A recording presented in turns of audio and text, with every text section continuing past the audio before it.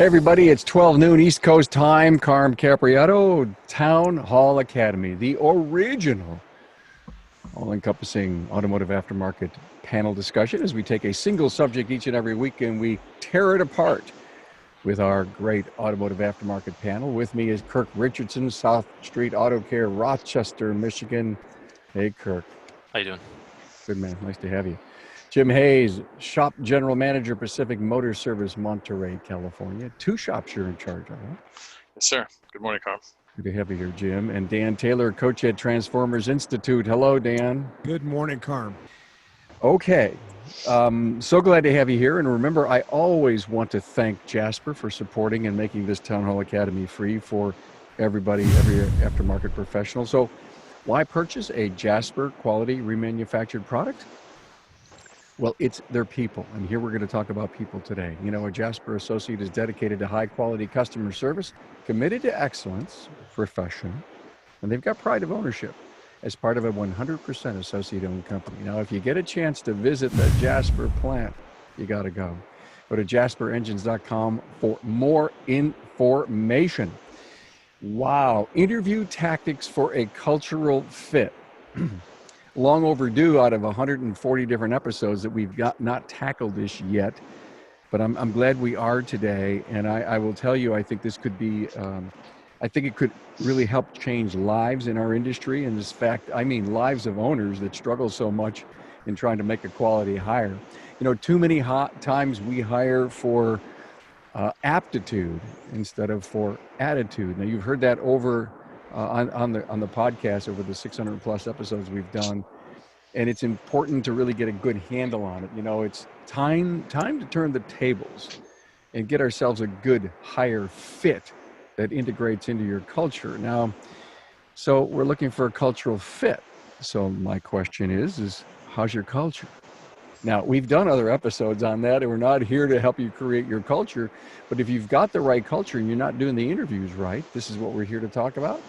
So, Kirk, I want to go to you first, and I want to lay up, basically, you are a strong believer is that the first interview, there should be multiple interviews, and you've got a great strategy on that, but the first interview should be all about finding a cultural fit. Is that true?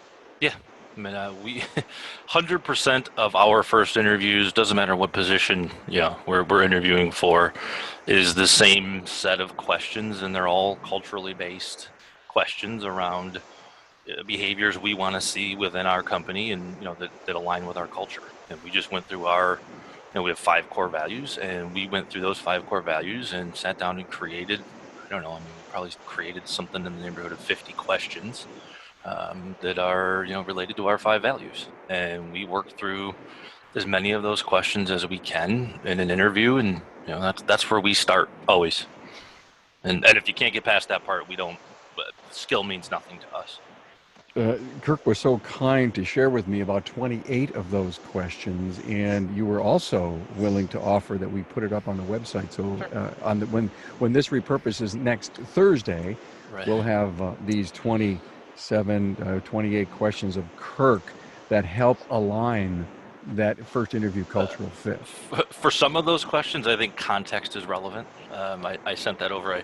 And when you asked me, I said, yeah, sure, put them out there. But I do think context and understanding how we conduct our interviews is probably relevant. Absolutely right. But I think I appreciate that, and maybe we need to put a disclaimer up on that. Sure. But let's go to Mr. Jim Hayes. Jim, you came on with me a while back with Kevin Donahoe, you're the owner of the shop, and we talked about standards and values, and I was very, very impressed with Pacific Motor Service out there in California, how they actually put the standards and the values up on the homepage.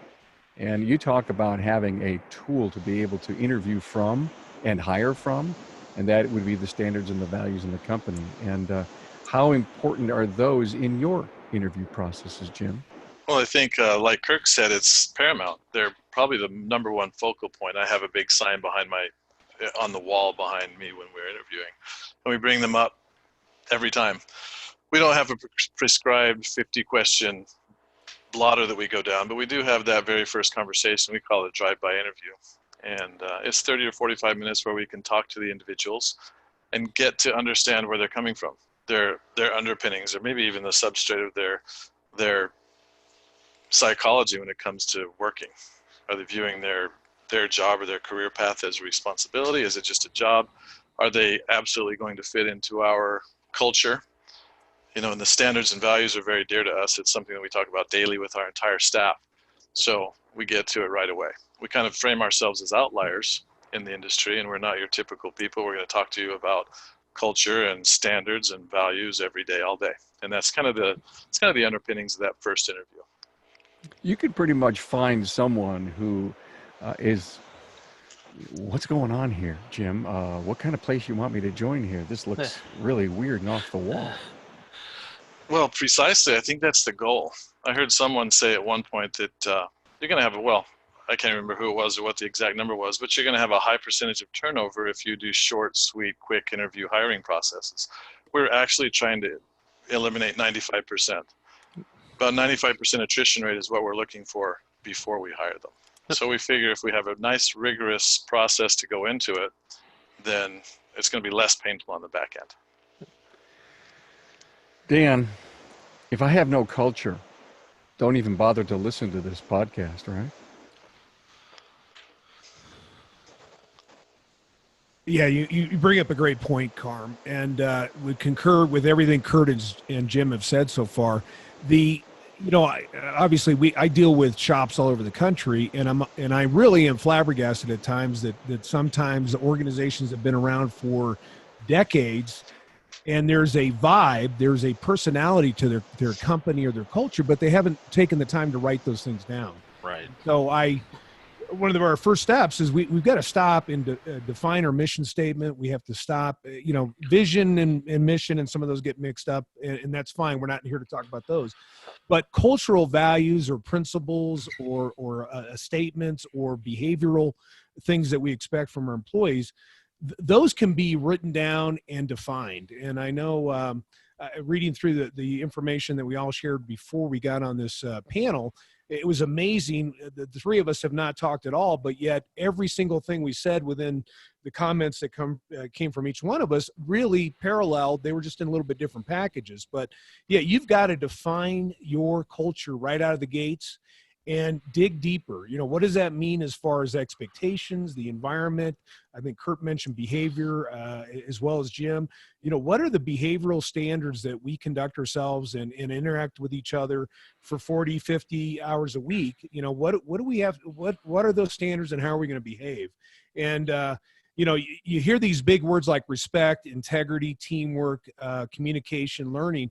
You got to dig deeper. You need to really put examples down. What does that mean to respect? Well, internally it might mean that we stop jumping to conclusions. We actively listen and hear what the other person's saying. We ask for clarification. We reiterate what that person just said. And then we give them respect in the sense of whatever they have to share has value. So that would be just one quick example of getting down into the nitty gritty of what does it look like to respect somebody within our own organization, and how do you behave and how do you conduct yourself within that one word. My little takeaway from what you just said, when you said confirm and clarify, I heard the word listen. And so, team, are we supposed to talk a lot during the first interview or listen a lot? I think it has to remain conversational. It can't be one way. I think there's ample opportunity for both parties to speak, and we try to encourage the other person to ask as many questions as possible, because it's got to be a mutual fit. Yep.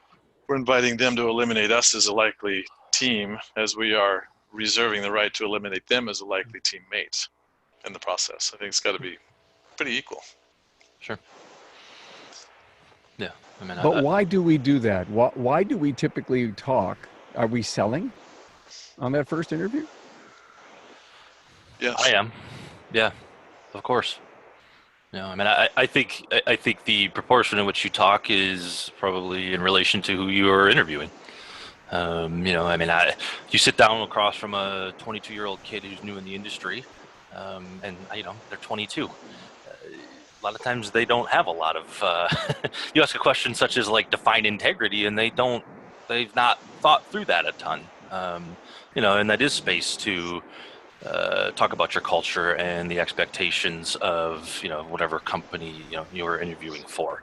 And where we sit down and talk to 50-year-old people, and you ask a question such as, "Can you define empathy?" And you get a lot more input. So, as a general rule, you want them to speak, but if you're asking questions that are tough and that they've not rehearsed for. Sometimes giving context and or guidance as to what the question is about, that happens sometimes. So, I wouldn't say there's a 100% set rule. Yeah, I'd agree with that. I would submit to everybody though that those you can start off every interview with what I call the 3 Ps: the purpose, process, and payoff of that interview. What's the purpose? We're here to get to know each other. What we're going to do is I'm going to ask you some open-ended questions. There's no right or wrong to those questions. Try to get them, like Jim had just mentioned, conversational. And as Kirk mentioned also, it's going to be situational with age, experience, and a bunch of things. But I'm going to ask you a bunch of open-ended questions, and there's no right or wrong to those. And then finally, I want to make sure that I answer some questions that you have that might have come up in your mind or questions that you might have brought with you. And then once that's established, you can start with some fairly well-received, open-ended questions from all your candidates. Like, if you could define what a great work environment for you, what does that look like to you? And of course, depending on what their age and their experience, that might give you a very short answer, and you just keep asking why, tell me more. And eventually they'll open up and really convey what their thoughts in that arena are, and then you can start dissecting down whether they may or may not match up with your own culture by what they shared with you. Yep. Thought, guys, I'm brand new to this. I'm really struggling as a shop owner to really improve the people that I'm hiring. I'm not quite sure I've got this culture thing down right, but I've got 2 fabulous technicians, and we really gel together as a unit, me and my other team. What just hit me as I was listening to you is that, would you recommend that I sat down and I really said, here's what I like about Jim, and here's what I like about Bob, and here's what I like about Sally, and write all that down and help me formulate what that ideal, say, next person would be based on the tendencies, the personalities, the traits of my current team? I think there's that. I think you have to be very intentional, and hopefully most people, by the time they own a shop, have put enough thought into what their core idiosyncrasies are. Meaning, a culture is going to be a product of you in many respects, and what you want that to be has to be very intentional. So if you're in a shop situation, you've got your first 2 hires and they are a fantastic fit, well, you got pretty lucky, I think. But that's a great time to start getting into the granular and finding out what makes your culture great. Like Peter Drucker said, culture eats strategy for breakfast. So I think the earlier the better, yes? Yeah, I would add something to that, though, Carm, where, I sat down and I involved basically everybody that worked with me. And I said, hey, we got to define a culture. And what is it that is near and dear to your hearts? The culture is defined by the people that you work with. I could set a culture and go, this is the things that I value. And I could have 7 people that I work with that don't go, I don't value that. So coming to some sort of common ground, if you want to start, sort of developing a culture and putting it on paper and such, developing, some input and some involvement from the people that you work with. Because if you just show up and go, yep, this is the new culture, and whether that fits for you or not, or you disagree with that or not, it doesn't matter. This is the culture. Yeah, I was going to add to Jim's comment. Organically, a lot of it just takes place, and you end up. So when we go in and do SWOT analysis, I interview the majority of the employees, if not all of them. And give you an example, just a couple months ago, we were at an organization that had 3 shops going to their 4th shop, and they didn't actually have these things written down. They had a wonderful culture, and you could sense certain things when you talk to folks.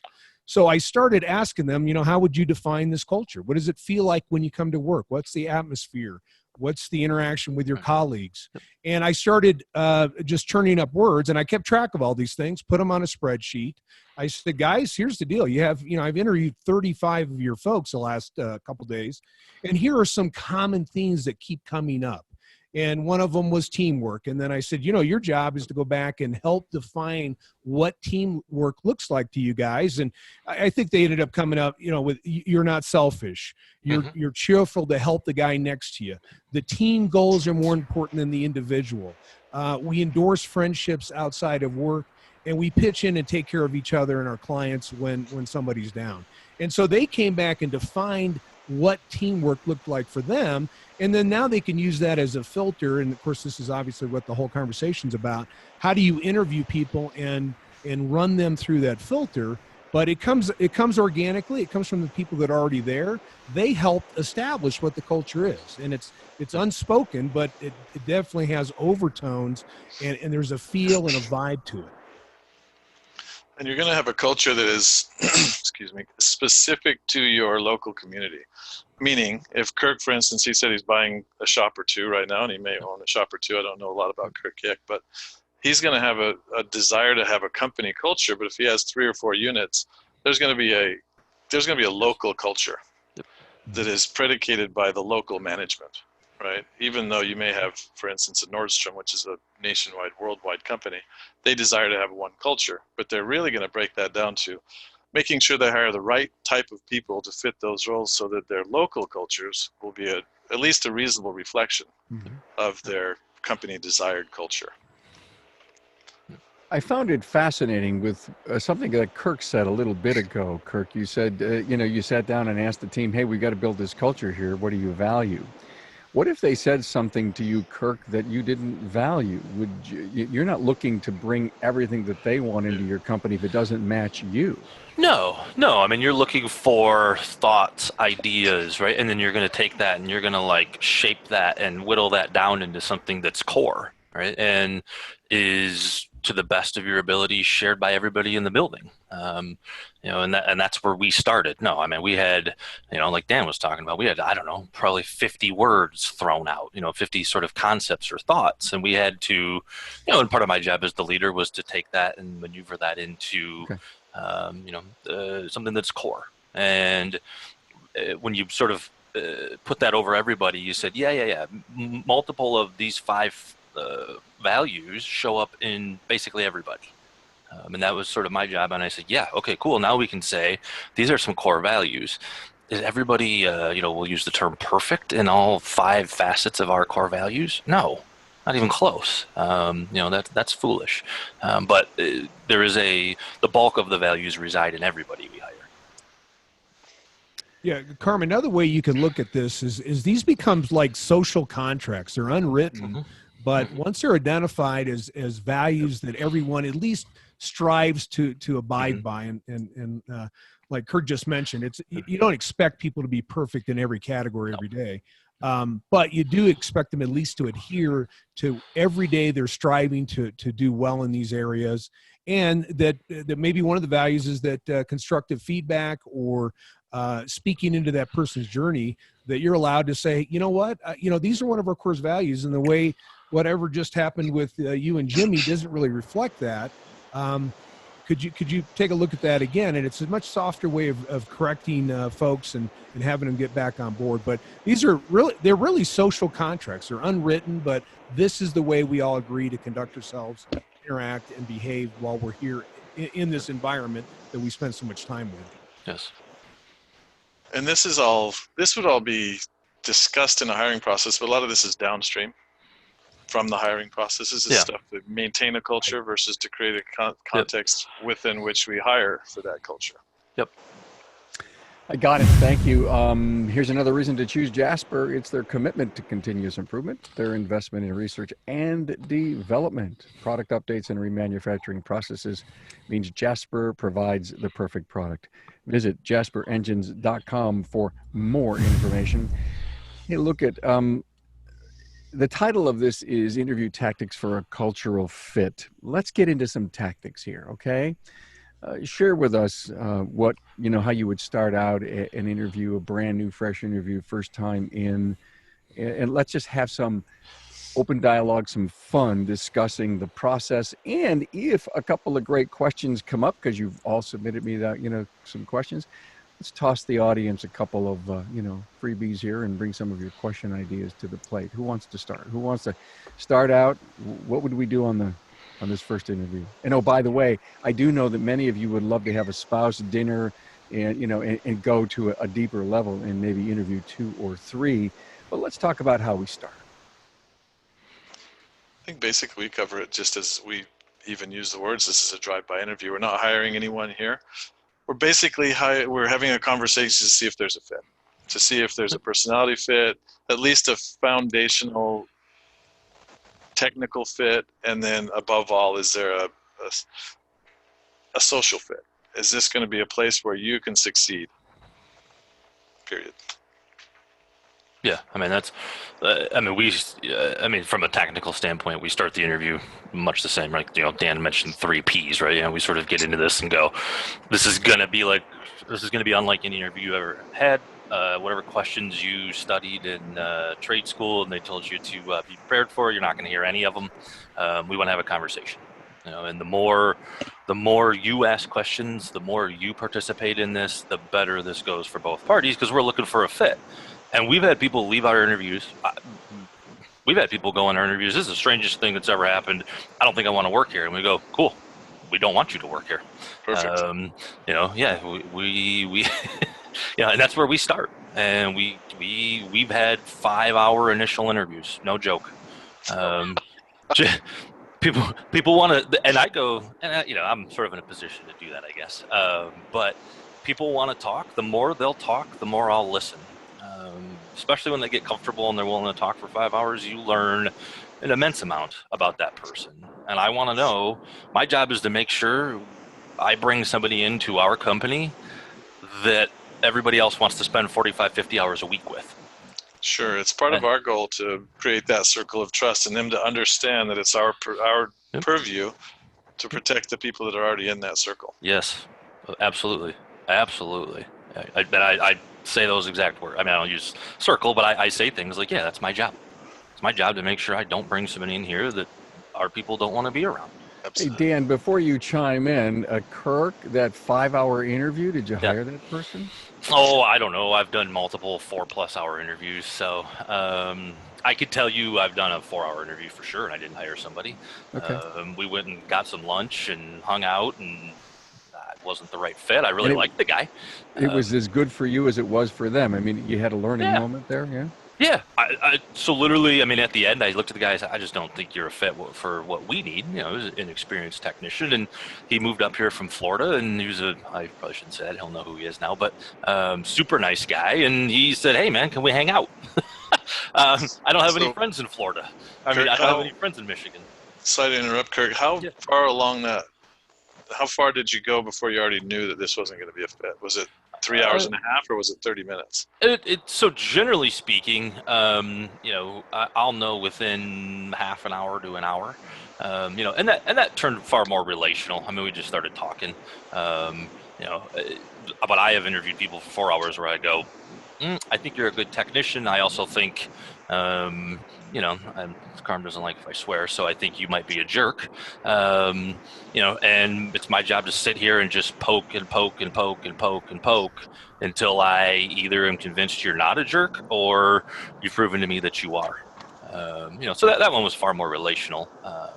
But yeah, I've sat in the room because, everybody's, it's a honeymoon period. Everybody's, going to give you their best answers to make themselves look the best they can.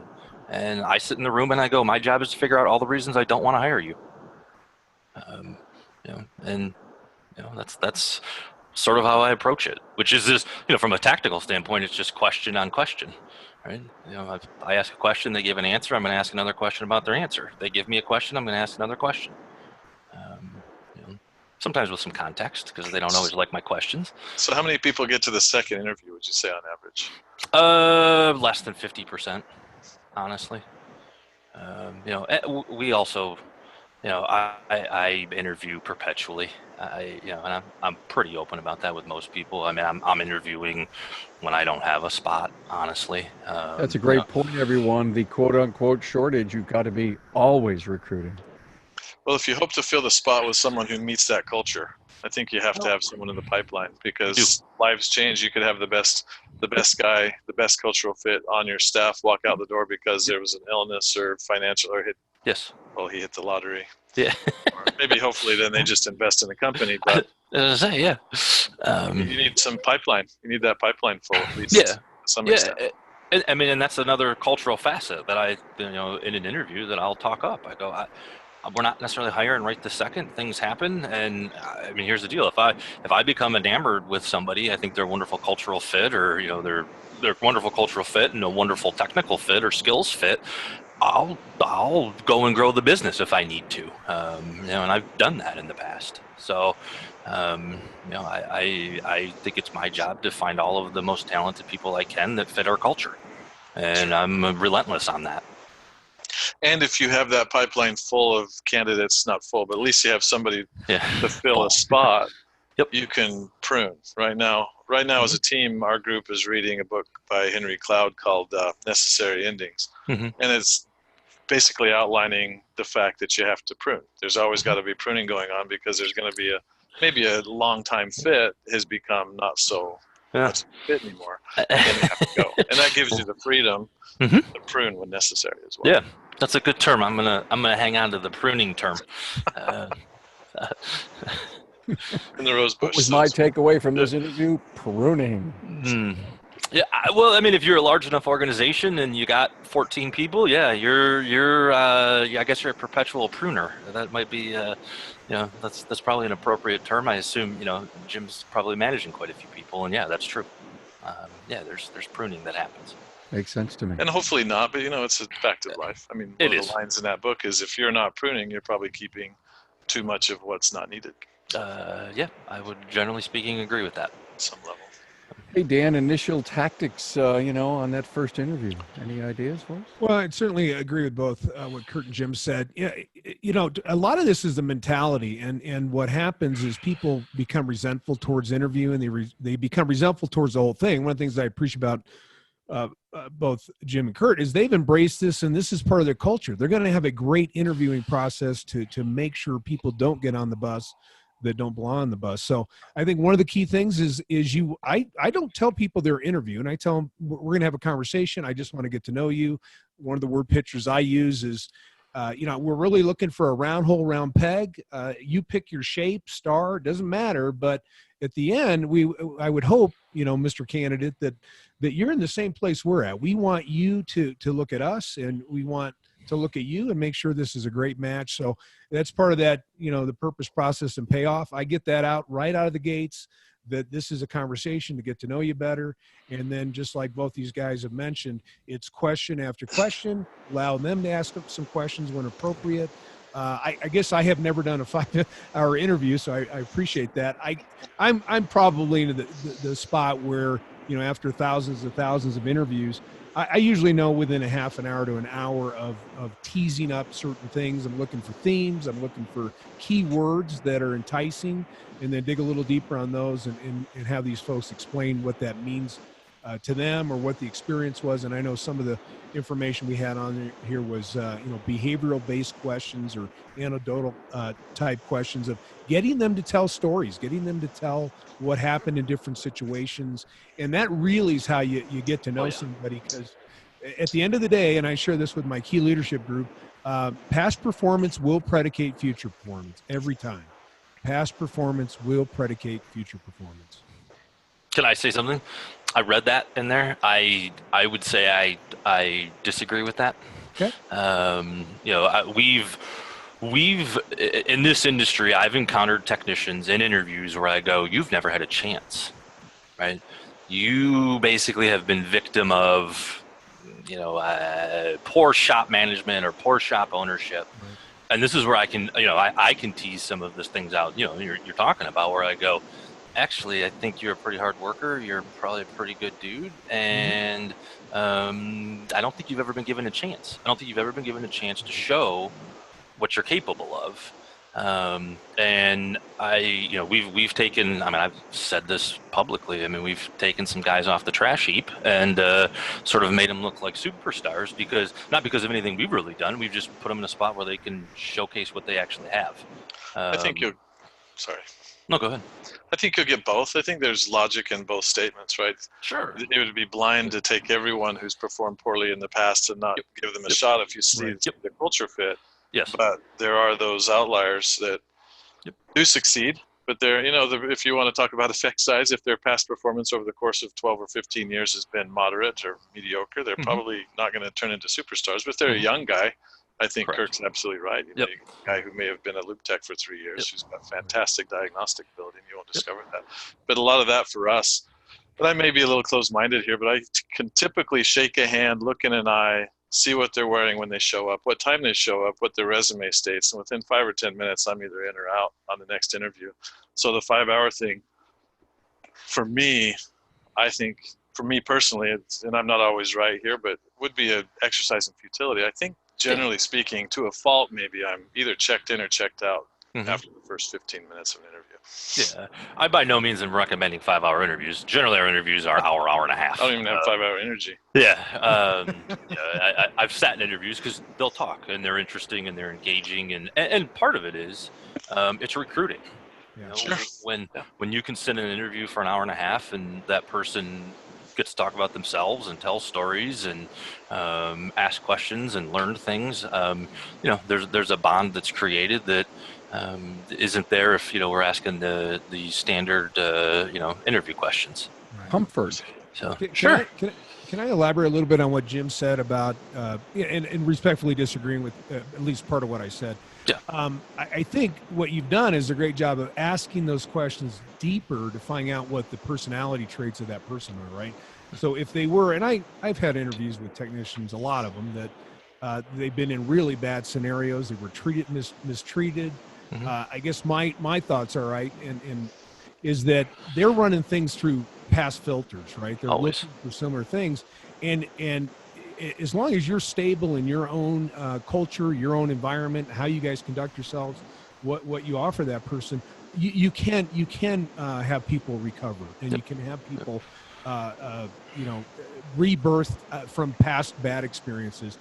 But it's really important to know, how much garbage are they going to bring with you, because you certainly don't want to contaminate what you already have going. So again, I think you bring up a really valid point. If you dig deep enough with folks, sometimes at the core of the being of who they are, they're really an awesome person. They really do care about other people, and they really do have great work ethic, and they want to be on a team and they want to come to work that they feel great working and be part of that environment and contributing.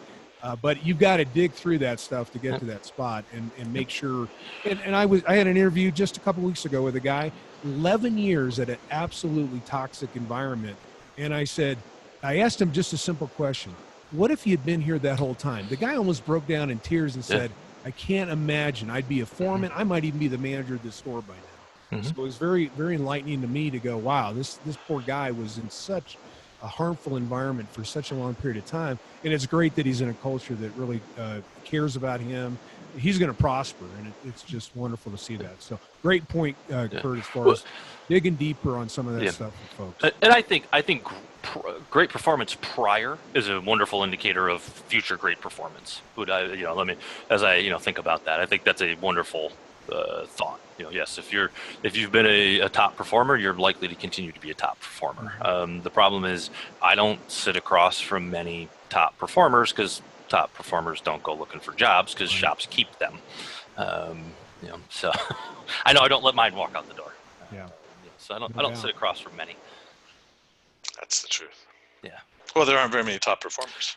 That's hence the name top performer. That's right. Okay. But as we get kind of near the wind down time for this academy, I want to cover two final things. I would love each of you to share the interviewing process. Interview 1, what would 2 be like if it goes into 3 and 4? Is there a spouse thing? Is there an offer time? if you could quickly cover that for our audience. Obviously, this will be a lifetime archive out there that people will listen to in the future. What are your best tactics when it comes to that? This is a 3-hour conversation we're packing down into. Yeah. Yes, it 40 is. minutes. So high level. Thank you. On the surface, what we're looking for really is that initial fit. Stage 1 is the initial fit. And then I actually send them documents. One is to write their own personal mission statement of how working with us will accomplish their dreams. And then another one is a budget. Can they afford to live on what we make or what we're going to pay them, so that they can come into this thing knowing, yeah, I can survive and I want to be a part of that culture. And we also get to see how they write and how they think from an abstraction standpoint. So I can take my time and dissect their mission statement. That maybe one sentence, maybe a whole page, some of them come back, and I can really dig deep into there on my own time. Then when they come in, the second interview is really discussing those topics. Then from there, we go into a personality assessment. I send them all a DISC assessment, if you all know what that is, and that gives me a snapshot of what their personality is. And there's not a right or wrong there, but it tells me where they might fit, or if they might fit, and what role they might fit in best, or how to deal with them in conflict, how to deal with them under pressure, et cetera, et cetera. So I start to build a nice understanding of what sort of person this is over the course of 2 or 3 weeks. And then I can start to formulate different questions, different ideas of how that's going to fit. And then we're very clear the whole way through of our culture, the expectations, the sort of standards we have and the values, the policies that we have, and then all the way through. And then at the end of our process, we do attempt to have a dinner with their spouse or their significant other, because that gives us a chance to see how their spouse deals with them. Sometimes they're crazy, so you want to keep them out of the building. Sometimes it gives the spouse an opportunity to say, hey, my husband or my wife is saying A, but they're really not A, they're B, and it's not going to be a great fit. Yeah. So it gives that third party, because they're going to be part of that family. And we can give them an opportunity to disqualify their spouse. We can disqualify their spouse based on that interaction. And because, as you all know, being business owners, if you've got a crazy significant other on the other end, it's going to affect what happens at work. So that's kind of our final process. And if it gets down to that, they're probably 95% likely to get an offer. But there has been one situation or two that the spouse has actually brought up issues that have made it clear that it's not going to be a good long-term fit. So, and that takes 6 to 8 weeks for us. It's not a short party. It's a long process. And hopefully by having that long 6 to 8 week process, we can also weed out those that are just looking for a job and not for a good cultural fit. Let me jump in if you don't mind. One of the things that I want to share with you is that what I've discovered over almost 15 years of recruiting within this industry for different clients, some positions or roles you can make them jump through hurdles, and I mean hurdles in a good way. In that, what Jim was talking about and Kurt was talking about earlier about weeding people out.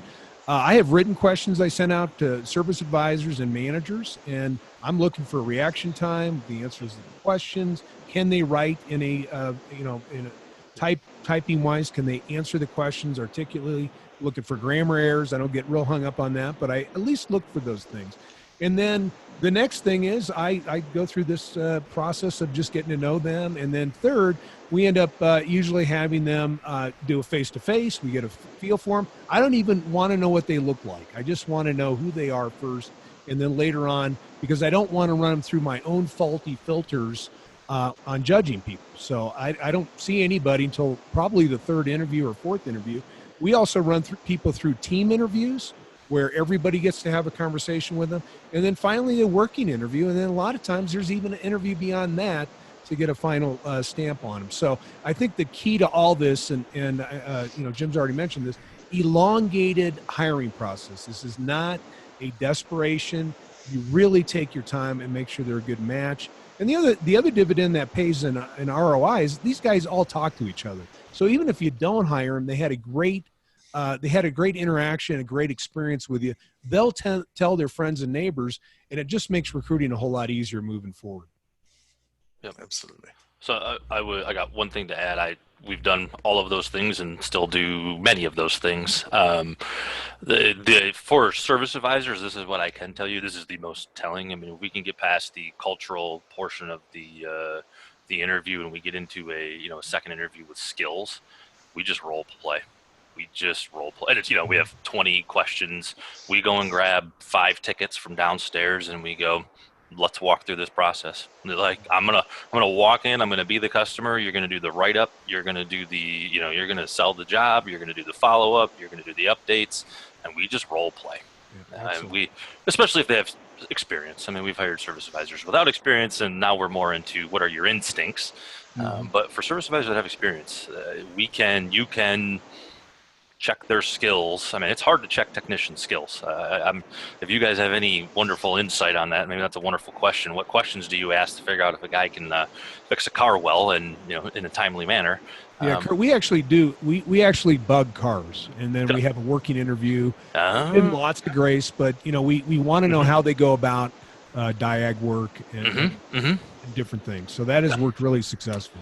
We use the 90-day probationary period for that stuff, right? It's a critical part. Step 10 and 11 of our process is the 90-day probation, where it's actually part of the hiring process, and we are probably push harder and stronger on cultural fit, on expectations on a daily basis in that 90 days, because that's part of the hiring process. If you make it through 90 days, you're in, maybe, because then the following 90 days, the next 90 days, we're setting more goals, setting more standards, and raising the bar a little higher. And that's how we go about what you're prescribing to that role play, right? We give them the 90 days to role play everything out, which is a good time to cut people loose. Any time between the first and 90th day is pretty easy. And that really gives us a good opportunity to see them under fire, so to speak. Hey, this went places that I didn't expect. Thank you all so much. It always happens like that. A family keeps their vehicle an average of 11 years. So where's the first place to turn when the drivetrain fails? Why, Jasper. An engine or transmission is a major purchase, and it should be trusted. The 100% associate-owned company for quality remanufactured products. Thanks, Jasper, for supporting the Town Hall Academy. One final question. This was great. This was absolutely great. I learned a ton of stuff myself, and I've done a ton of interviews in my lifetime. Got a favorite interview question you can share? Why do you want to work here? Define the word empathy. Mine's probably a bigger picture question. I want them to tell me what's the best environment for them to be to be conducive for them to be happy, do well, perform, really enjoy their work. Wow, great, wonderful, great. Low-hanging fruit that came out of this interview. Thank you to Kirk Richardson, South Street Auto Care, Rochester, Michigan. Thank you so much, Kirk. Jim Hayes, Shop General Manager at Pacific Motor Service, Monterey, California. And Dan Taylor, Coach Consultant, Transformers Institute. Thanks, Carm. Thanks, Thank guys. you.